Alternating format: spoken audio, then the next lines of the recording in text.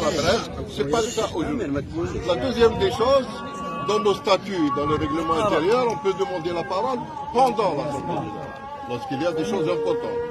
On nous a refusé le droit de parler, ni sur le bilan moral, ni sur le bilan financier.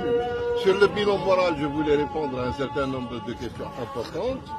Je peux citer notamment lorsque le président est allé sur un plateau de l'ENTV pour dire qu'il n'y avait pas de projet avant. Il est dans ce centre, c'était le projet qu'il y avait dans notre fédération. Le siège où il se trouve, c'était dans nos projets. La loi sur les Bahamas, c'était notre projet. L'équipe nationale qui a fait deux Coupes du Monde, c'était notre projet. Alors qu'on ne dise pas qu'on n'avait pas de projet. Aujourd'hui, le seul projet qui existe, c'est quoi? C'est 4 centres de formation à 110 milliards plus les études chacun, dans des endroits, je ne sais pas pourquoi. On a laissé un terrain ici de 5000 m² qui a été clôturé, qui est viabilisé. On a laissé un budget de 70 milliards. Il a été augmenté à la demande du nouveau bureau fédéral 100 milliards. Je vous invite à y aller. Il n'y a pas un coup de pioche qui a été fait. Et on veut construire à Saïda et on veut construire ailleurs. Je ne suis pas contre.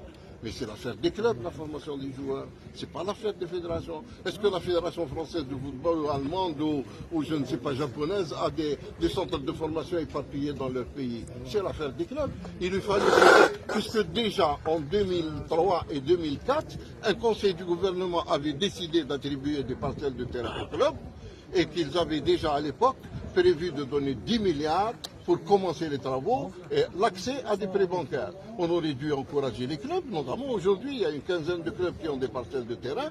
Je préfère leur donner la proposition que je voulais faire, c'était de dire donner 30 milliards à chaque club sous forme de travaux de réalisation, études et réalisation de terrain, plutôt que de construire 400 à 440 milliards. On construit 400 à 440 milliards, je ne sais pas si ça se terminera sur ce chiffre. Ensuite, il faudra des budgets de fonctionnement. Ce sont contre les yeux de la tête. Aujourd'hui, il n'y a plus un seul contrat de sponsor nouveau. Le président vient de le confirmer et le comptable vient de le confirmer. D'où va-t-on tirer les ressources plus tard? Nous avons des bénéfices aujourd'hui qui sont faits, excusez-moi, c'est grâce à tous les contrats qui étaient signés de notre temps et c'est grâce